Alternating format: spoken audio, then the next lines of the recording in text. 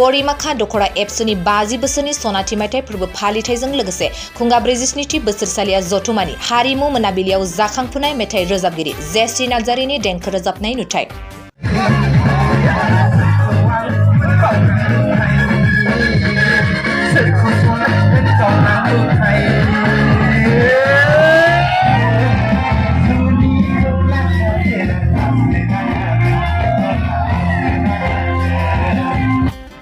सनाथि मायथाइ फोरबो फालिथायनि हारिमु मोनाबिलियाव बरिमाखा दखरा एबसुजों मेथाइ रोजाबनो लेंहरजानो मोननानै बरिमाखा दखरा एबसुनिसिम गोजोननाय फोरमायदों जाखांफुनाय मेथाइ रोजाबगिरि जेसि नार्जारिया। जेसि नार्जारिनि मेथाइ रोजाबनाय नायनो थाखाय गोबां रायजो राजाफोरा होंगो दोंगो नायनो फैनायखौबो नुनो मोन्दों। बरिमाखा जावलिया देवान फोथाराव सोलिनाय बरिमाखा दखरा एबसुनि 50 बोसोरनि सनाथि मायथाइ फोरबो फालिथायजों लोगोसे खुंगा 43थि बोसोरसालिया जथुमानि जोबथा हारिमु मोनाबिलियाव। नोंथांमोननि बायदि हाबाफारिनि हारिमु मोनाबिलियाव मेथाइ रोजाबगिरिनि गोनांथि जायोब्ला 8638298640 6901959767 नम्बरनि गेजेरजों फोनांजाब खालामनो हागोन बे बाथ्राखौ रोखायै बुंथिदों जेसि नार्जारिया। खुलुमबाय, आंनि मुङा जेसि नार्जारि होननानै बयबो मिथियो दा। ओमफ्राय आंनि गामिया जाहैबाय सिमुलटापुर दंफांबारि होनो, आसाम बेंगल बर्डार जोबथारनाय आरो लास्ट, माने जोंनानो लास्ट होनजायो आरो फिसा मोनसे गामि आरोना। बे गामिनिफ्राय दा पाब्लिकनि अनसायनायाव पाब्लिकनि अननाय मोननानै दिनै नैबेसिम सौहैनो हादों। बेनो जोबोद माने बयनिसिमबो आंनि गोसो गोरबोनिफ्राय अननाय आरो खुलुमनायखौ जासिहरो आरो बेबादिनो जेब्लायबो पाब्लिकनि अननाय आरो बोर सारस्रिनायखौ मोनबाय थागोन होननानै आं मिजिंथियो आरो जेब्लायबो पाब्लिकनि मोजांखौ आं मोजां गान आरो लाबोबावनो ट्राइ खालामबाय थागोन आरो जेब्लायबो। नोंथांनि जागायजेननाय मेथाइया मामोन? गिबि मेथाइया जाहैबाय नोमफाया हराब्लाबो होननाय आरो बेनो आंनि गिबि मेथाइमोन। फैदो सना होननाया बेनो आंनि फार्स्ट गिबि मेथाइमोन आरो। नोंथांनि बबे मेथाइनिफ्राय नोंथाङा रायजो राजानि अनसायनाय मोनदों? बुंनो थाङोब्ला फार्स्टनिफ्रायबो मोनदों बे नोमफाया हराब्लाबोनिफ्रायबो। ओमफ्राय बेनिफ्राय मटिभेट जानानै आंथ' सिगां बिदि जेबो सोलोंफेराखैमोन, मिउजिक लेभेलाव बा क्लासिकेल बिदि जेबो लानाय गैयामोन आरो। जा सोलोंदों सिगांनि सिनियरफोरनि गान खोनासं आयं बिग्रायमोननि गान खोनासं माने दिनै बे स्टेजसिम मोनफैनो हादों आरो माखासे मासुब सं आरोना। बेखौ जों आंनिनो गामिनि सासे लोगो रत्नेस्वर होननाय, जों सानैजोंनो लोगोसे माने टेबोल दामै दामै खनबोनाय मानाय बेफोरबायदि ससियेल मिडियायाव माखासे स्प्रेड जानानैहाय माने दा पाब्लिकनि नोजोरावहाय सफैदों आरो बेनो बुहुत गिदिर खोथा आरो। बे समाव फैनो गोनां मा मेथाइ दं? दाथ' अलमस्ट दाखालिसो ओंखारलांबावबाय आब' गेमस्रिनियावहाय जेदि प्रडाक्सनावहाय मैना होननाय, ओमफ्राय बे फेसबुकनि सैनाय होननाय बेखौबो देग्लाय निउ इयारावहाय मोननैसो दिहुनबाय आरो। ओमफ्राय सिगांथ' अलमस्ट ओंखारखादों गभर्नमेन्ट कलेज साउथ फिल्मनि एक्टर। ओमफ्राय दा फैबाय थानो गोनाङाथ' दंनाया, ओमफ्राय ट्राइ खालामगासिनो आरो नायसै।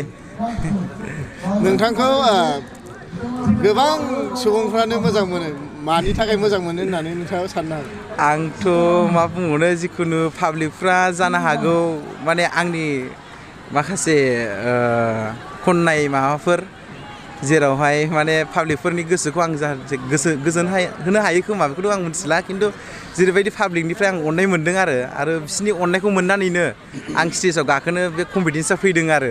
नङाबा स्टेजाव बिदिफ्रा गाखोनायनि माबाबो गैयामोन आरो। मा फरायगासिनो दा? दाथ' फरायनायाथ' ग्रेजुवेट खालामखांनायनि उनावहाय आं दा मिउजिकआव डिग्रि लागासिनो आरो दासो। फाइन आर्ट्सआव, क'क्राझार फाइन आर्ट्सआवहाय।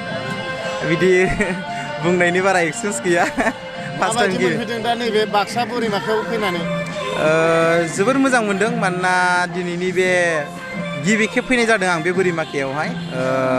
गल्डेन जुबलि ना, गल्डेन जुबलियाव दिनै आंखौ बेयावहाय हांख्रायनानै लिंहरनायनि थाखाय बोरिमाखानि आदामोननिसिम बयनिसिमबो आनसलिकनिसिम आंनि गोसो गोरबोनिफ्राय अननाय आरो खुलुमनायखौ जासिहरो। आरो जेरैबायदि पाब्लिकफ्रा अननाय होदों बेबायदि अननाय आरो बोर सारस्रिनायखौ जेब्लायबो मोनगोनखौ आं मिजिंथियो आरो। गोबां सिख्लाफ्रानो दिनै जेसि नार्जारिखौ नायनो फैगोन होननानै लोब ओंखारबोदों। दा मा बुंबावनो, दा बुंनोथ' आं जेबो राव मोनला, बारा बुंनोबो रोङा जाहैबाय। जेखिजाया बेनो आरो पाब्लिकनि गोसोखौ आं जेब्लायबो गोजोन होनो ट्राइ खालायगोन आरो। मानोना मेन जाहैबाय पाब्लिकआसो, पाब्लिक गैयाबा आं जेबो गैया आरो ना। जों सिंगारफोर आर्टिस्टफोर रावबो जों जेबो गैया आरो। माने बिसोरनि अननाय आरो बिसोरनि सापर्ट खालायनाय आरो बिसोरनि बोर सारस्रिनाया मस्ट इम्परटेन्टसिन आरो। नोंखौ नांगौबा मारै कन्टेक्ट खालामनो हागोन दा आंखौ नांगौबाथ' आंनि पार्सनेल कन्टेक्ट नाम्बार दङ फोरमायनो हागोन नामा आंनि पार्सनेल वाट्सएपआ आलदा ओमफ्राय कन्टेक्ट नाम्बारा आलदा जायो आरो स' कन्टेक्ट नाम्बारा जाहैबाय 8638298640 बे जाहैबाय कन्टेक्ट नाम्बार ओमफ्राय वाट्सएपआ जाहैबाय 6901959767 बे जाहैबाय वाट्सएप नाम्बार आरो राजानो मा मेसेज हरनो सानो स' आं बेखौनो बुंनो सानो कि गोदान बोसोरावबो जेनेबा गोदान बोसोरखौ जों दिनै बरायबाय नङा होनदो फैबाय थानाय मागो दमासिखौबो जाहाथे जोङो बिदिनो बयबो न'खरजों लोगोसे फेमिलिजों लोगोसे माने अनलायनानै गोरोबलायनानै जायगायावनो जुदि